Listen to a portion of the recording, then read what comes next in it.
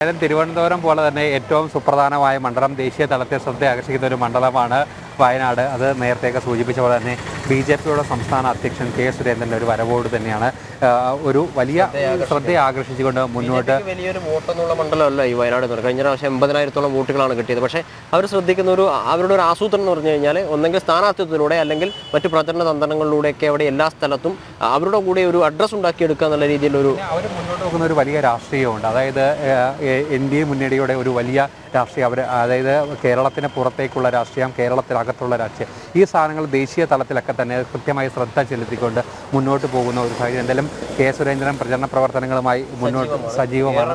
മലപ്പുറം ജില്ലയോട് ചേർന്ന് നടക്കുന്ന ഏറനാട് മണ്ഡലത്തിലായിരുന്നു കെ സുരേന്ദ്രൻ ഇന്നത്തെ പ്രചരണ പരിപാടികളൊക്കെ. രാവിലെ മുതൽ വൈകുന്നേരം വരെ അദ്ദേഹം ഏറനാട് മണ്ഡലത്തിലുണ്ടായിരുന്നു. അതുമായി ബന്ധപ്പെട്ട ഒരു വാർത്തയിലേക്ക്.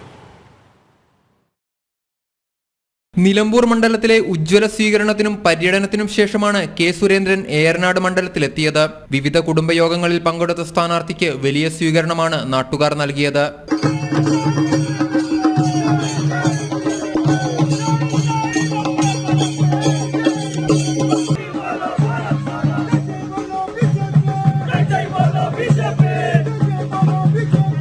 തങ്ങളുടെ കഷ്ടപ്പാടുകളും പ്രതീക്ഷകളും അമ്മമാർ അടക്കമുള്ളവർ സ്ഥാനാർത്ഥിയോട് പങ്കുവച്ചു.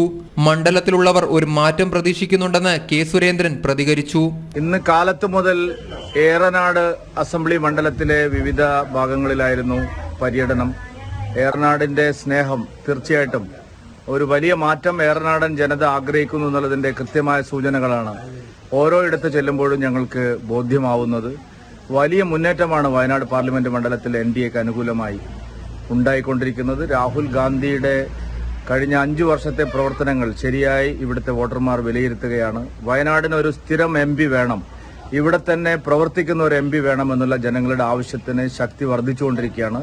വയനാട് പാർലമെന്റ് മണ്ഡലത്തിൽ NDAയും UDF LDF മുന്നണികൾ ഒരുമിച്ച് IND സഖ്യവും തമ്മിലുള്ള നേർക്കുനേർ പോരാട്ടമാണ് നടക്കുന്നത്. ഉജ്ജ്വലമായിട്ടുള്ള വിജയം ഈ മണ്ഡലത്തിൽ നരേന്ദ്രമോദിയെ അനുകൂലിക്കുന്ന വലിയ വിഭാഗം ജനങ്ങളുടെ ഒരു മുന്നേറ്റം തന്നെയാണ് കണ്ടുകൊണ്ടിരിക്കുന്നത്. മലയോര പ്രദേശമായ കക്കാടംപൊയിലെത്തിയ സ്ഥാനാർത്ഥിയോട് ജനങ്ങൾ വന്യമൃഗശല്യത്തിന്റെ പ്രശ്നങ്ങൾ പങ്കുവച്ചു. ആളുകളുടെ എല്ലാ ആശങ്കയും കേട്ട് മനസ്സിലാക്കിയതിനു ശേഷമാണ് കെ സുരേന്ദ്രൻ മടങ്ങിയത്.